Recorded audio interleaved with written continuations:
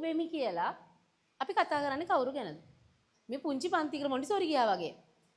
ශිෂ්‍යයෙක් වෙමි කියලා අපි කතා කරන්නේ කවුරු ගැනද? මම ගැනනේ. මම ගැන. එහෙනම් මේ වාක්‍යයේ කර්තෘ කවුද?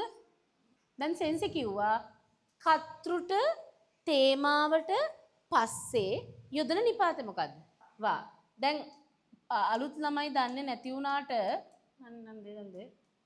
අලුත් ළමයි දන්නේ නැති වුණාට පරණ අය දන්න මේකේ වචන දෙක. මම කියන්නේ කොහොමද? සෝසෝ වතෂිනේ මම මේ හරියෙන් ලියන්නම්. දැන් ඕගොල්ලන්ට තවම කියව ගන්න බෑ. වතෂි වා තා ෂි. ඕකේ. ශිෂ්‍යර කොහොමද කියන්නේ? ශිෂ්‍යයා සෝ ගක්සේ මම දෙකෙන්ම ලියනවා වටහා ගන්න. මම කියන්නේ වතෂි ශිෂ්‍යරි කියන්නේ ගක්සේ. මම ශිෂ්‍යයෙක් වෙමි කියන වාක්‍යයේ කර්තෘ කවුරු කියලාද කිව්වේ? කර්තෘ මම. වාක්‍යක කර්තෘට තේමාවට පස්සේ දාන නිපාතේ වා. එහෙනම් හදමුද අපි?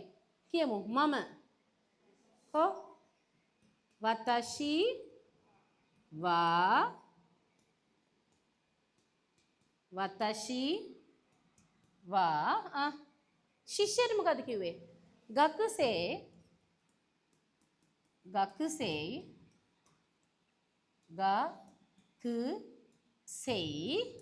වෙමි. සෝ මෙන්න මේ වෙමි කියන එක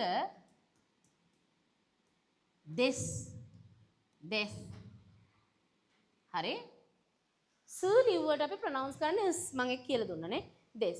දැන් නිකන් හිතන්න ජපනීස් ඉගෙන ගනිද්දි පුතේ ඒක වචන බහු වචන නැහැ. ස්ත්‍රීලිංග පුරුෂලිංග නැහැ. ඉන්නවා. ස්ත්‍රීත් ඉන්නවා පුරුෂයත් ඉන්නවා. හැබැයි අර ශිෂ්‍යය කිව්වත් ශිෂ්‍යාව කිව්වත් එකම වචනේ. තේරෙනවද මම මේ කියන එක? ඒ වගේම මේ දෙස් කියන පදේ දෙස් කියන පදේ වාක්‍ය අවසානට දාන්නේ. අර ලේසි මතක තියාගන්න නිකන් කොහෙට හරි අරන් ගිහලා පොල් ගෙඩියක් ගහලා දෙස් ගෑවා වගේ. එහෙම කරන්නේ නැහැ. නරක වැඩ කරන්නේ නැහැ. දෙස්. හරි? ශබ්ද කරද්දි දෙස් ලියද්දි ස්. මේක තේරුණාද? වතෂිවා ගක්සේ දෙස්. පොයින්ට් එක තමයි වාක්‍යක කර්තෘ තේමාවට පස්සේ යොදන නිපාතය මොකද්ද? ඇහෙන්නේ නැහැ. වා. මේක ඇල්ල තේරුණාද?